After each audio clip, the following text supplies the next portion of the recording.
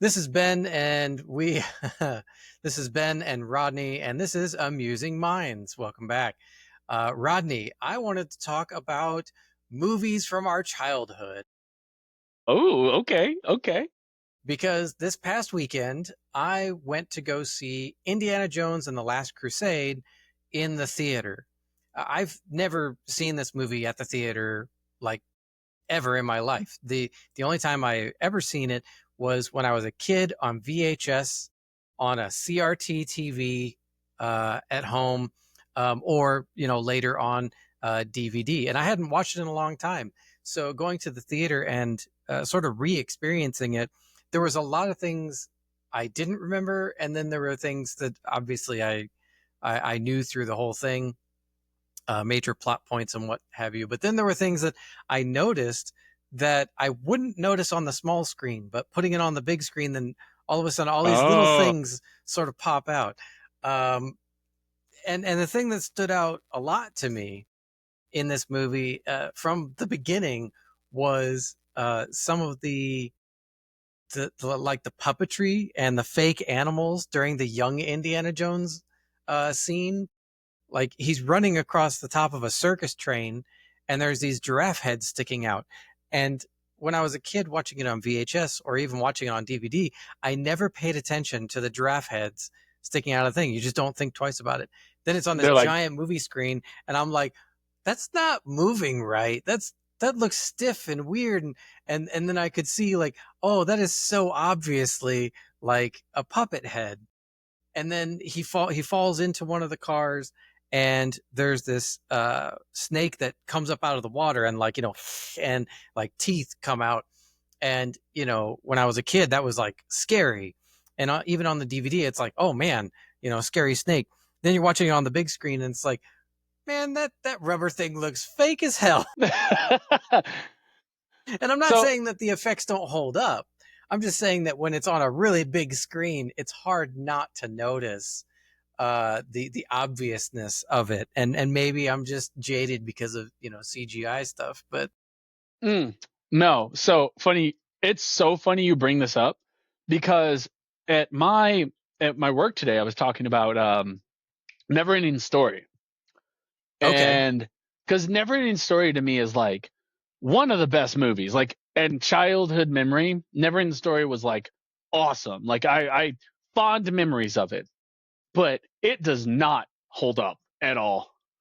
Uh, so so okay, then so when you're talking, well, we'll cover yours and then we'll jump into mine. But like, yeah, I feel you here. So when it's is it only the big screen, or like is there stuff that like just doesn't translate well in addition, like, or is it just the VFX?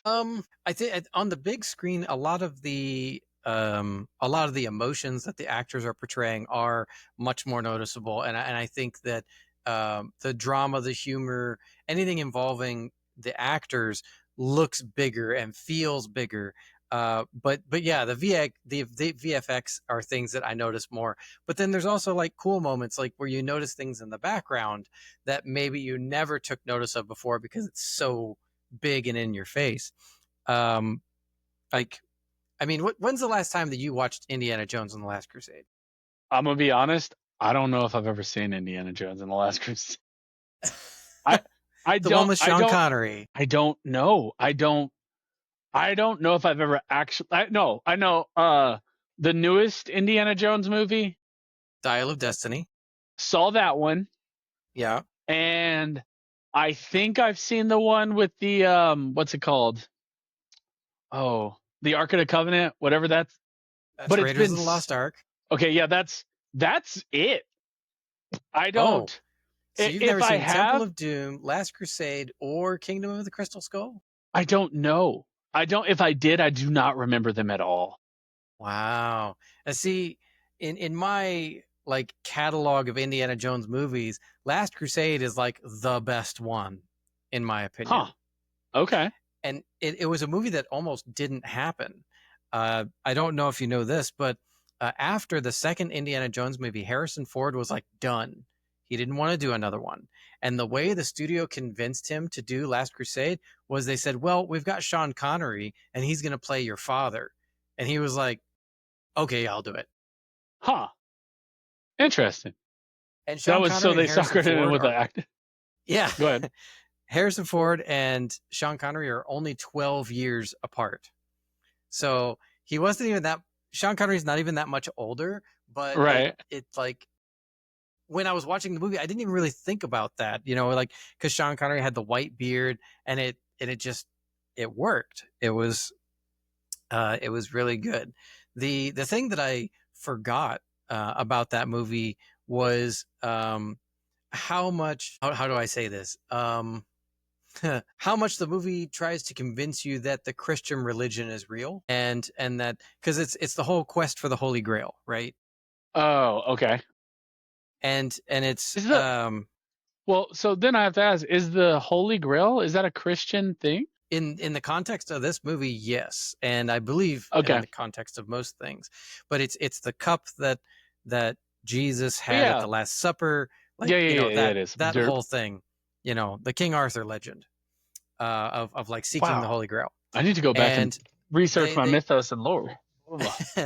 they combined some Arthurian legend with it, but the up to this point, the Indiana Jones movies, even when they encounter something that is well, at least in Temple of Doom. In Temple of Doom, they encounter something that is kind of supernatural, but they ground it in a realistic way. Of course, Raiders of the Lost Ark had the Ark of the Covenant, which was also a Judeo-Christian Yeah. thing, and then it has a supernatural edge to it.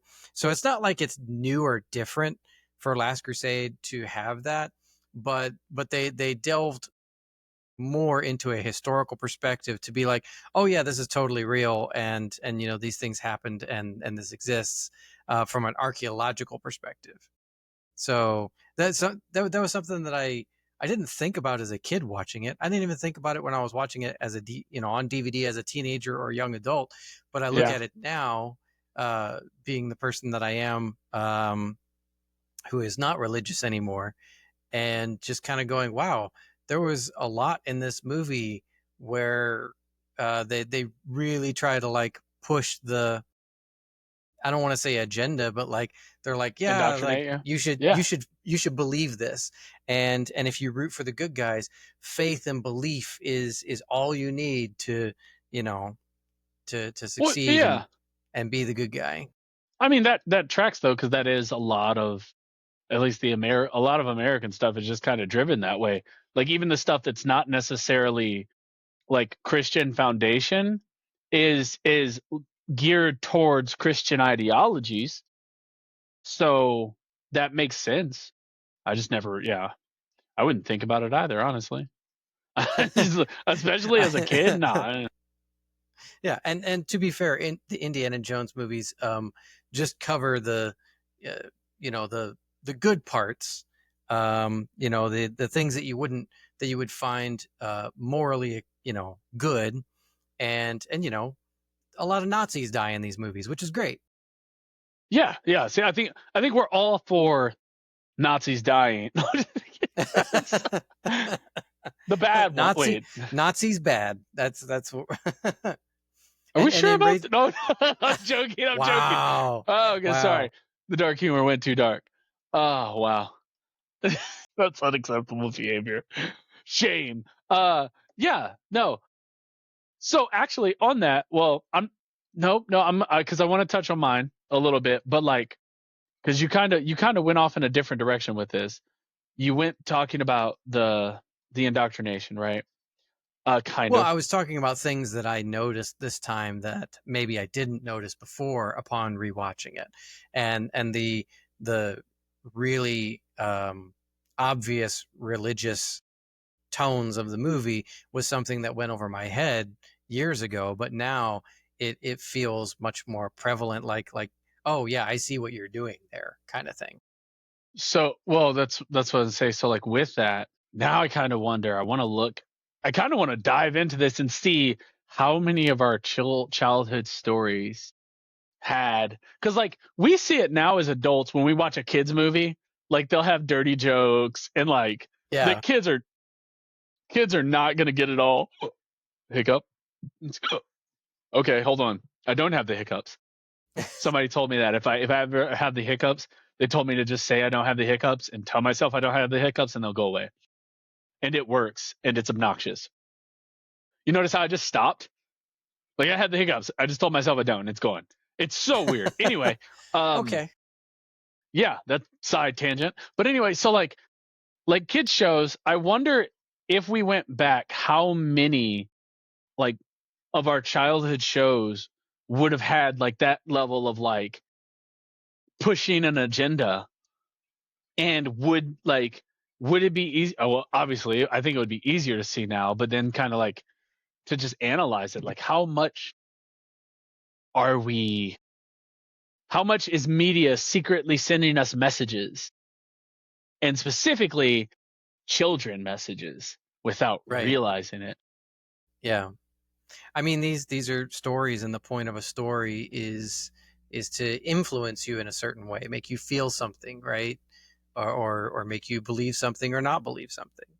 So it's hard to separate what you would consider indoctrination of media and it just being a story that you're watching, right? Hmm. Like, is Um, every story indoctrinating in some way? Because if there's a, to use the phrase, moral of the story, why is that moral important? And what are you trying to convince someone that is watching or listening to that story? hmm. I'm like sitting on this. This is getting deep. Is there always Well, so every story has a message, but is every story's message trying to get you to think or believe a certain way? Or is it just every story has a message, and then sometimes that message does direct you to believe in a certain way? Does that make sense? In my head, it sounded really good, but Well, huh. let's apply this to Indiana Jones and the Last Crusade. So there's there's talk that, oh, the quest for the Holy Grail is on, and we need to find it, and we're really close because of all these clues, and the movie gives you some foreshadowing with his dad in this diary, and trying to put clues together as to where the Holy Grail is. Then as the movie goes on, you go through the archaeological process of research and finding the clues of, okay, well, where is this thing? And the entire time, the movie presumes that these were real people that existed and left behind some kind of evidence, right? Yeah. So just through that process, the movie is kind of teaching you, well, okay, so if I go out and seek the evidence and find the clues, then I'll get to the good stuff at the end, which, they go to this temple, and they have to pass these trials, which, makes it all action and stuff. But each trial even has, like, it's a puzzle that can only be solved if you know a lot about the religion. Right, right, right. So, the first challenge is only the penitent man shall pass. And every dude that walked in there got his head chopped off until Indiana went in there and is just saying over and over, the penitent man, penitent man. A penitent man is humble before God. He kneels, and then he kneels and the blade goes over him, and like, fun action sequence. But right there, it's like, oh, if you kneel and you're humble before a deity, then you are spared a horrible death, right? maybe that's reading into it way too much, but that's basically what happened. Then the second challenge is the name of God, and it's just a bunch of tiles with letters in front of him, and he has to spell out Jehovah. Um, and he steps on the J and almost falls through down an endless chasm, and then realizes, oh, in the Greek, it's spelled with an I. And those that Yeah. that understand why the Greek is important, and that would, scholars of the Bible would understand why the Greek is important, but it's not important to the movie, other than it made for a funny moment. Oh, it's not starts with a J, it starts with an I, and I almost died. But you have to say the deity's name in order to continue on your way. And then the final challenge, they call the leap of faith, where he looks across this chasm. There's no way across it. And he has to muster up his faith and believe that if he steps out, he'll just walk in the air. And then the movie reveals that it was just an optical illusion. But he had to have that faith in order to press Yeah. forward. He didn't investigate. He didn't, see if this really was a chasm. He looked at it and was like, oh, I gotta do the thing. And so the three challenges leading up to it feel like lessons in the basic tenets of Christianity, right? Or So, okay, Judeo-Christian values. okay. So I'm going to ask you this, and then I'm totally going to take us in a different direction, kind of, but in the same wheelhouse. So if you had to say 1-2 sentences based on your observation now looking at it, what would you say that the message or the overarching goal of the movie was, as far beyond the base story, Mm-hmm. if that makes sense? So like, if there was a hidden message, what do you think the hidden message was for the audience? Oh, well, I think the most obvious answer is I say obvious, then I got stuck. It has to do with seeking eternity and immortality. So the bad guys want immortality, and the good guys realize that immortality is a trap, and that it's not something that that is meant for us. That we will die, and immortality is not meant for us. And those who seek immortality for their own gain are doomed to perish. So I'm trying to boil that down further to One to or a two simple sentences. a simple statement. So the hidden message of the movie is to accept that death is part of life and to seek immortality is evil. Yeah, I would say that's probably what they're after. And then there's a pretty much in your face Judeo-Christian thing coming at you with like, oh no, you get immortality later after you die. All right. So now let's go into our segment, Message Behind the Movie. I have pulled up a bunch of 90s kids TV movies. I'm going to give you the title of said movie. If you know the movie, I want you to try to give me what the hidden message was. Jeez. That's It's what you going to were be working on back interesting. there? Yeah. It got me excited. I'm like, cool. All right. So, Matilda. Oh man. Have you seen it? Of course. Yes, I know Matilda. All right. So while you're thinking, I'm Um, going to tell the audience, for those of you who don't know the movie Matilda, the story of Matilda is about a little girl who is uh, a little bit different, and she has to, I think she gets taken from her family, and she has to go to a school where she is in this school, but Matilda has psychic powers, and she uses those to better the situation for all the kids at the school.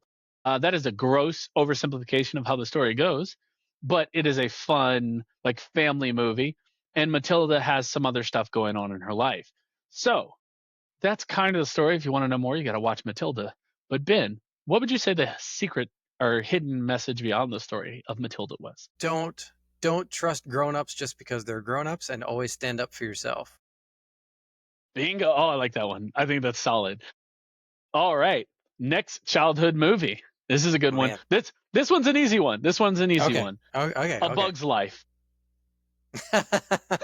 Okay. There is strength in numbers. Yes. That, I feel like it is very surface level, but it's also like the message in the story is, hey, there's strength in numbers. I would also argue that that's about democracy. Yeah. Bug's Life is definitely about democracy. Okay. Now here's a little bit more. I think this one's a little more challenging, but there's something in there. The Sandlot. Oh, and it's been a long time since I've seen that one. So while you think of that one, I'll tell the audience, if you've never seen The Sandlot, oversimplification, is simply the story of boys who want to play baseball. And when they are trying to play baseball, one of the key moments in the story is somebody knocks one of the kids that is an outcast brings a baseball to play with the rest of the kids. However, the baseball that he brings is one he stole from his dad. The baseball was signed by Babe Ruth, but it was signed as the Great Gambino, I believe, or something. It was signed under a different name other than Babe Ruth, and they played baseball with it. The kid knocked the baseball over a fence that had a massive dog in it, and then they tried to figure out how to get the baseball back because he didn't know. He was just trying to impress people, but he didn't know how valuable the baseball was. So, Ben, what is the hidden message? The most effective way to gain friends is to ruin a priceless collection. That is not the message.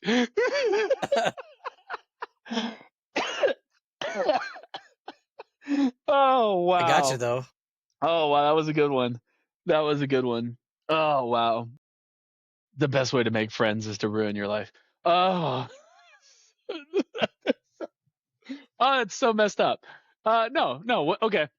But really though, what do you think the message behind that story is?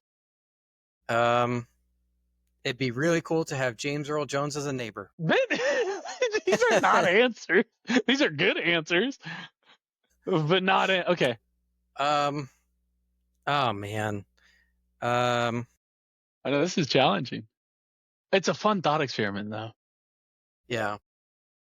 I would say that the message is you don't have to do extreme things to impress people, but true friends will help you get out of a bad situation. Ride or die.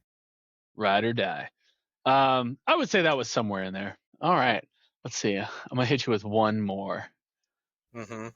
I like this. This is interesting. I like the idea of this, like going through and looking back. It's also fun to look back at our old childhood, like movies and shows, and see. I got one on here that I'm not gonna ask you about, but I want to talk about because it's funny on a side note. Okay. Oh, what? Do you have one for me? Sorry, that sounded like you had one for me. Okay. Last one on this list, and then I want to have a whole different conversation about one of these kids' movies. Small Soldiers. Oh man. I don't think I've seen that movie in more than 20 years. Yeah, probably close. It came out in 1998. It's on Pluto TV right now. And for those of you who don't know, Small Soldiers is actually a fun story, and it's really cool because even though it came out in 1998, the movie includes 3D printers and AI, artificial intelligence. And what happens is a toy manufacturing company is trying to make war toys, and they want to make some really impressive war toys. So they want to put a computer chip in them. Well, one of the guys accidentally orders computer chips that are military grade, for whatever that means, but they put these military grade computer chips in these small soldiers, and the small soldiers end up gaining artificial levels of intelligence, and it goes from being toys that are supposed to like do combat and be smart to like all out war, to where the soldiers start making real weapons like chainsaws and flamethrowers. it's, it is so fun. But yeah, so Ben, what's the hidden message behind Small Soldiers? Oh man. Always side with the Gorgonites. Yeah, that would be a close one. It might be. Man, I really don't remember a whole lot about the movie, so I'm going to go out on a limb and say that it's a cautionary tale about advancement in technology. That I would say that was one, but I also would say that it's the hidden message is seek out a simpler life because that's where you can find peace. Okay, I don't remember enough about the movie Yeah, yeah. to say whether that's right or Well, not. the Gorgonauts were always looking for what was it called? They were looking for their home.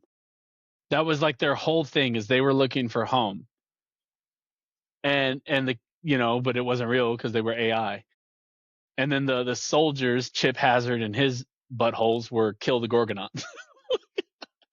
Such a classic movie, man. I just want to talk about old movies. I want to watch that one again now. Yeah, I know, right? We should have a movie night and watch it. Man. Okay, so this one's on the list, but it's not hidden message. It's just funny because I saw somebody do a movie edit of this, and this is a jump of a topic, but they did a movie edit where they made this movie a horror movie. All right, you ready for Okay. this? All right. Yeah. Mrs. Doubtfire. Oh. They turned Yeah, it I think into. I They did it. like a Yeah, go trailer. ahead. Yeah, it was a horror trailer for it. Yeah. Yeah, a I don't horror think I don't thriller. yeah, I don't know if there's a full movie cut of that, but I No, remember no, that there was sorry. a Yeah, trailer. it was just the trailer, but man, it's good. Yeah. Yeah, they make it look really serious and like that he's like this, you know, um kind of a psycho. Yeah, but I mean, like when you think about it, if you take it out of the context of being a comedy, he's kind of crazy. Yeah. Like Yeah. that's like a level of insanity. Like you're like you could turn that into a horror movie very quickly. Oh yeah. Yeah, absolutely. Toodaloo! Oh man. But then there's another jump of a topic. A little bit. Fan made trailers for movies and shows. Yeah. Well, Have before you jump okay. off Yeah, into yeah. another topic, I do have one for you. Ooh, let's Um, go. and it's one of your favorite movies, but it's definitely from the '90s. You and I went Okay. to go see it at the theater Oh, last year, easy.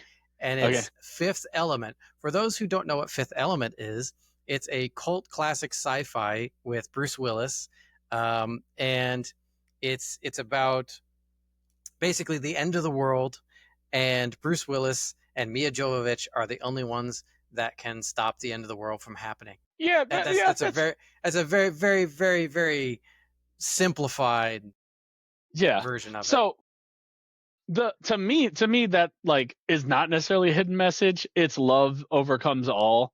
Like that's the message of that movie, if nothing else. But let's see, is there more of a hidden message in there? Um, let's see. Ex-soldiers can always make a comeback. That's uh Time is not important. Only life is important. yeah, but that's again like there's stuff that I feel like that one is a pretty straight like it's not hidden. The messages are all right in front of you. Don't be greedy, don't be evil, don't be selfish. Help others. Love is the answer. Life is more important. Yeah, so I feel like that's a straightforward one. It Yeah. was easy. Oh yeah, no, no. I threw you an easy one. Give me something else. I kind of want to do this now. Give me some. Okay, all right, all right. The original live action Teenage Mutant Ninja Turtles. Oh, ooh, wow. Um, let me brain back to that. Holy crap. Uh, I was talking about those movies the other day actually, which is hilarious. I was telling this younger guy I work with, and he's in his 20s. He's never seen them before. And he was talking about turtle movies, and I'm like, dude, none of them count except for those movies. Like, go back those movies, and then like the newest animated Ninja Turtles is really fun. Mutant Mayhem. Mutant Mayhem. Yeah, that was really fun. But the first movie, let me. I don't want to mix up the two because like the one and two, like they kind of blend together for me a lot. Um, so I got to my brain's got to get wrapped around. Let me hold on. I'm gonna just pull up a picture of Yeah, sure. because I have to like see the images. But I my brain is telling me that it's probably the message of that movie is probably count on your family. Uh, like I would say, count on your family. Don't give up on yourself. Well, is that 90s? Is that came out in 97? No, okay. No, no, that was the animated series. Oh, okay, yeah. I think it was, or that was 87 was the animated movie. I think 90s. Yeah, okay. Teenage Mutant Ninja Turtles, 1990 on the dot. Yep. God, man, talk about throwback. So as I'm looking through this, I'm going to talk too. So one of the things in the context of this movie, we are also talking about how like some old like makeup and like live action stuff when they were doing animatronics and puppetry, it's just holds up. Some of it holds up so well. And those movies were like really close, although there's some stuff you can see now, but it's like they held up really well, you know, whereas the CG stuff doesn't. Looking at pictures for the movie. So the Sorry. first movie is where um, Splinter gets captured, Yeah. and they go out to this farm to lay low for a while, um, and Raphael goes off by himself, thinking that he can solve things. And the end of the movie, they have their first face off with Shredder, Yeah, no, and there's a I bunch think of other plot points in between there, but that's yeah, like the three hits. I think the main one on that one is like trust your family or believe in your family, count on them. Sometimes they're all you have. Like I think that's what that would be. And pizza's delicious. I never pay full price for a late pizza. Yeah, if that was only true anymore. Yeah, that's not a thing anymore. Yeah. Now I'm they're trying just to like, remember. sorry, it's late. Deal with it. So, if I'm not mistaken, small tangent. If I'm not mistaken, and I probably am to some level, but I distinctly remember hearing how the 30-minute pizza thing got started. And basically, from if my memory serves me right, there was a guy who was kind of struggling. His pizza company was kind of struggling, and he was trying to find a way to like better market himself. Um, but like he couldn't cut prices and he couldn't do anything else. So what he did is he figured out that the range that he delivered in, he could always get pizzas there in 30 minutes. So he just did that as a campaign. He was like, hey, if you don't get your pizza in 30 minutes or less, I'll give it to you for free. But he could always get the pizza there in 30 minutes. Like every place he delivered to, he could get it closer. So it was like a marketing campaign that was like a falsity kind of, but like it worked because it was true and it like saved his branch. I'm pretty sure that was like how that worked out. It's just like fun. I love marketing weird stuff where it's like, Sounds huh, like something that would happen. yeah, exactly. That Um, that also sounds like that's one of those stories that you would know. well, marketing job, that whole Yeah, thing. yeah. Yeah, yeah, That whole thing. dude. Actually, I love just that in general. Like how that's like a dream of mine in a weird way is to come up with a marketing campaign so influential that 100 years later, now everybody has to buy a diamond ring for their wife because my marketing campaign was that fucking good. Sorry, like because you know the story that's diamonds. That was like the whole thing, right? Yeah, That was a yeah, marketing campaign. A diamond wedding ring was not a thing. That was marketing that did that, yeah, and yep, that's like yeah. crazy. I mean, weren't most weren't most things in the early 20th century Yeah, dude, just a jaywalking. marketing scheme? Jaywalking was not a that was a car. The car manufacturers created jaywalking. I'm not Like surprised, but jaywalking. I didn't know that. Yeah, so basically what happened is as cars started to become more prominent, the roads were for people. Like the roads were for people and horses, but cars wanted to use the roads. So then they were like, well, how do we get people off the roads? So they did a whole marketing campaign about being a jaywalker and how jaywalkers are like and then it became so influential that it became like a law. Like like Yeah. in places jaywalking's Oh, they illegal probably now. lobbied for it. They Yeah, they, but they like it, probably it spent money and lobbied for that to happen. but it was with the marketing campaign as well. Like they marketed to people that jaywalking was a problem. Like so then it became a thing and it was like, don't be a jaywalker. Like just like Yeah, dude. just like halitosis. Halitosis is not a real medical thing. That was made up by the companies that needed to sell mouthwash. See, I didn't. Oh wait, yeah, I did know that one. I did know that one. I just did. I Yeah, forgot what it that's was. a pretty common one. Yeah, It's a pretty common one. there's Everybody some knows good that. ones out there, man. And that's. I think our whole episode is about like, uh, influence and like effective messaging, like via Oh, shows or marketing. Like that it's a weird, like, we end up going down that real direction of like mind being influenced by media. Interesting. So now you got to wonder, the stuff that we're consuming now, how is it influencing our minds for later? Good question. Because as we discussed before, we didn't know how we were being influenced when we were kids. It wasn't, it's not until rewatching something much later that we're like, wait a second, I see what you're doing there.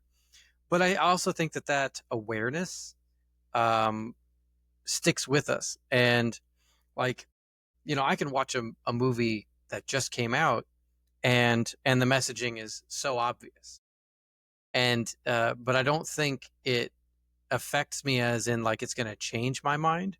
I just notice it now. And I think that it also applies to things like commercials. You know, companies that want to have effective advertising have to constantly change up their strategy of creating this advertisement content so that people will watch it and influence them. You remember when the Squatty Potty company completely changed how commercials were going to be made, and it like it was like a revolution in how to talk to your market, how to talk to your audience about a product. And I feel like now even that format has kind of lost its luster. Like it doesn't seem as shiny anymore.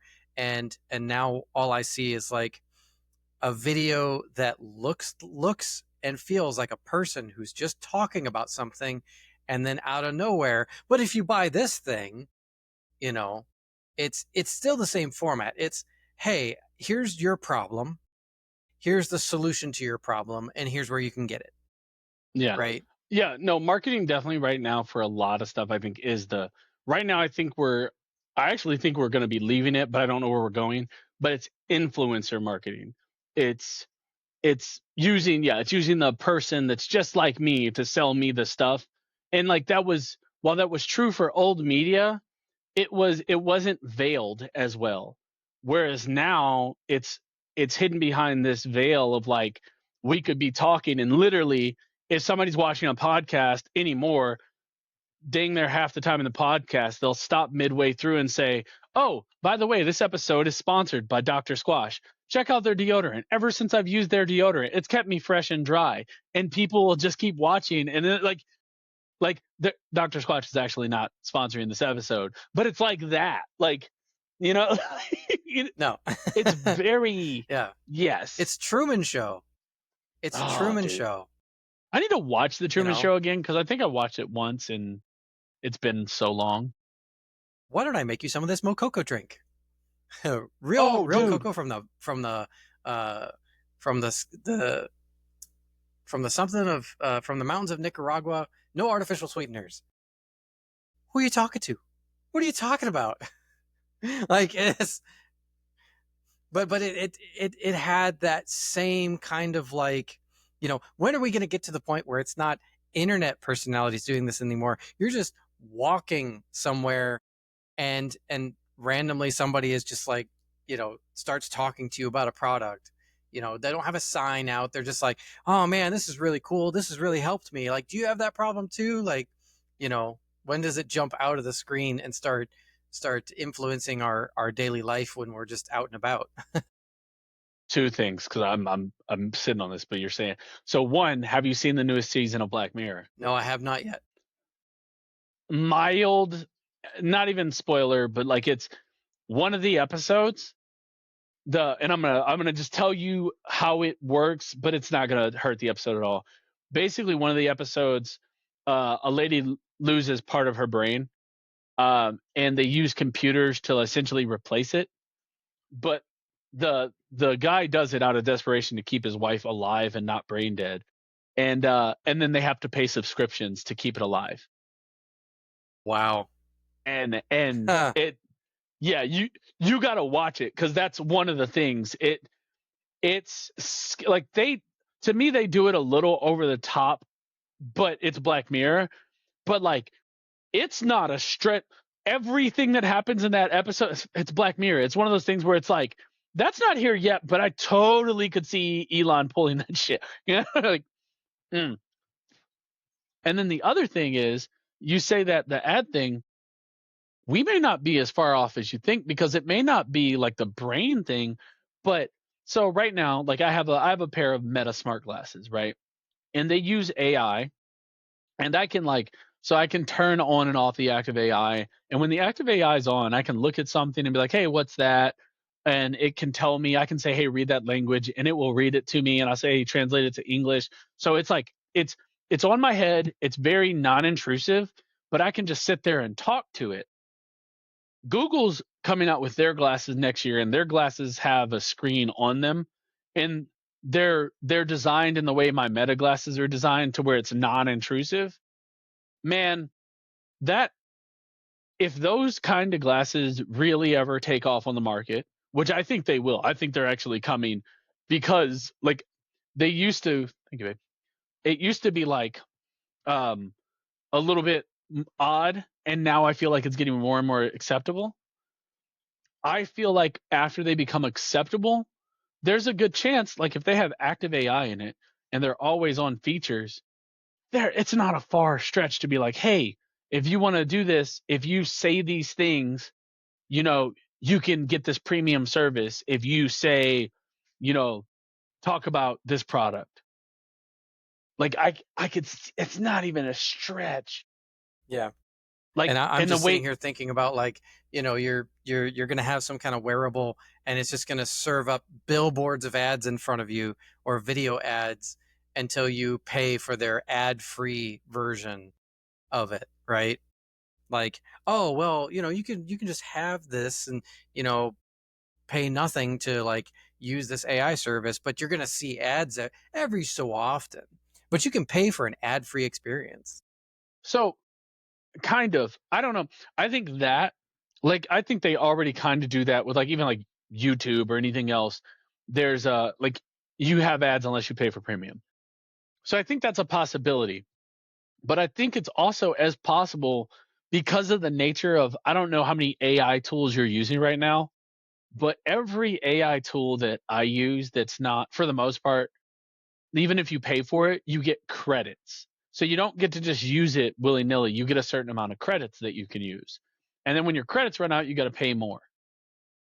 Because they're setting it up that way, I could totally see them setting it up in a way. And honestly, this is kind of brilliant. Copyright this, patent it. Anybody steals this, I'm suing. But you could totally make it to where it's like, hey, if you say this messaging so many times a day to other people, because it has active AI, my camera can track.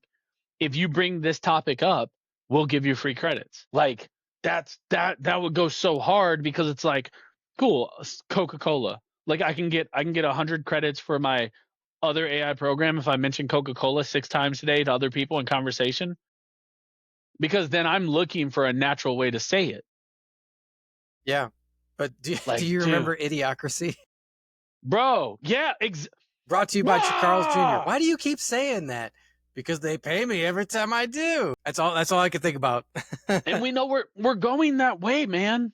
Like, it's Yeah. scary, but it's like, it was like funny at first, but now I saw somebody made like it was like an Onion type ad. It wasn't the Onion though, but it was like scientists looking into if plants can actually feed off Gatorade. Science doing research. Gatorade might be good for plants. Ah, mm, Okay. Well, let's go into our final segment of the show. The we had our warm up, then we had our talk. So let's have our cool down and recap. okay. Um, First, I want to say that I really enjoy that most of our talks end up talking about AI at some point. That's becoming a pattern for you and I, talking about how technology is affecting our conversation. Even Yeah, it's very prevalent, and just in general, like it's something that's unavoidable. So maybe we find a way to not talk about it, but it definitely hits us. right. Okay, so to recap about childhood movies, nostalgia, things with a message. Um, what would you say are your top 3 childhood movies? That's a hard wrap up. Put me on the spot there. Oh Okay, man. I'll tell you the 3 movies that I remember most Okay. watching repeatedly on VHS. Okay.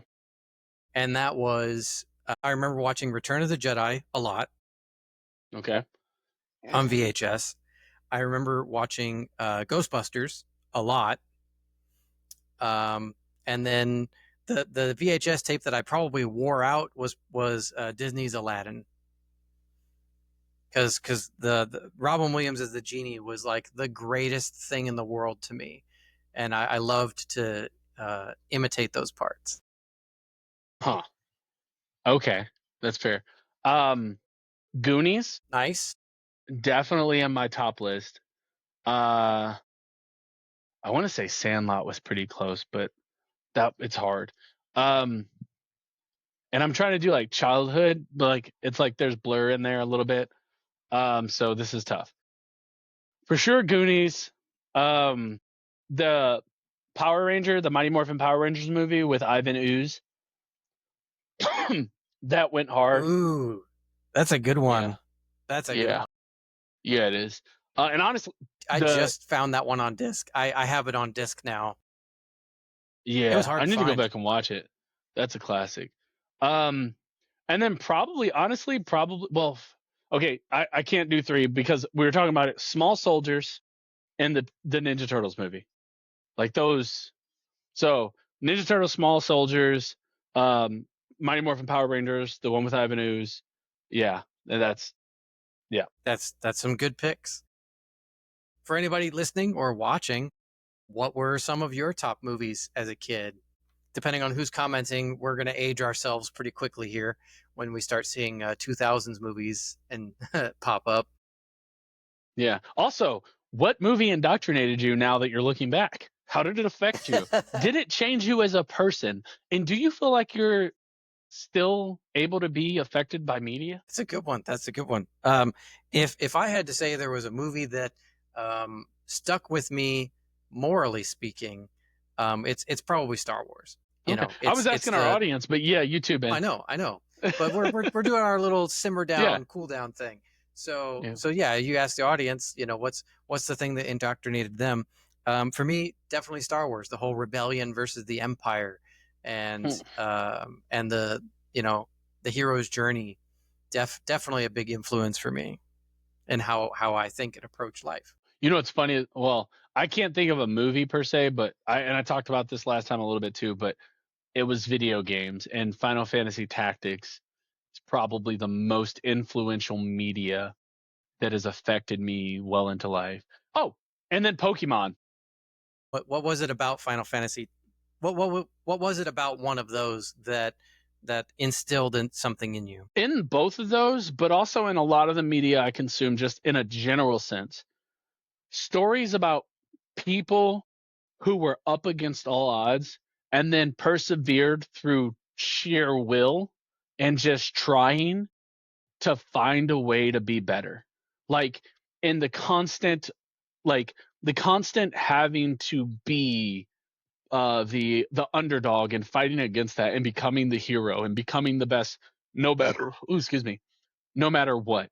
Like that mentality through all the media, like that carried me. Never ending story, all those things. Like all of it, like the young boy having to fight to be stronger, like that drove my entire life. I hear that. I hear that. Okay, well, yeah, commenters, tell us your stories. What what what made you who you are, media wise? Awesome, awesome. And Hey, and don't forget, like, subscribe, sub, all that stuff. Check out our socials. Look for Amusing Minds. yep, we're on YouTube, TikTok, Instagram, Facebook. Yeah, I think that pretty much covers most of it. Yep. And Are we we do on have a TikTok? website. Yes, I said that Oh, first. We do also have a website, amusingmindspodcast.com, and that has our show notes as well as links to the YouTube videos, as well as links to our other socials. So be sure to follow us and join the discussion. Awesome, awesome. I'm Rodney. He's Ben, and this has been Amusing Minds. Talk to you next time.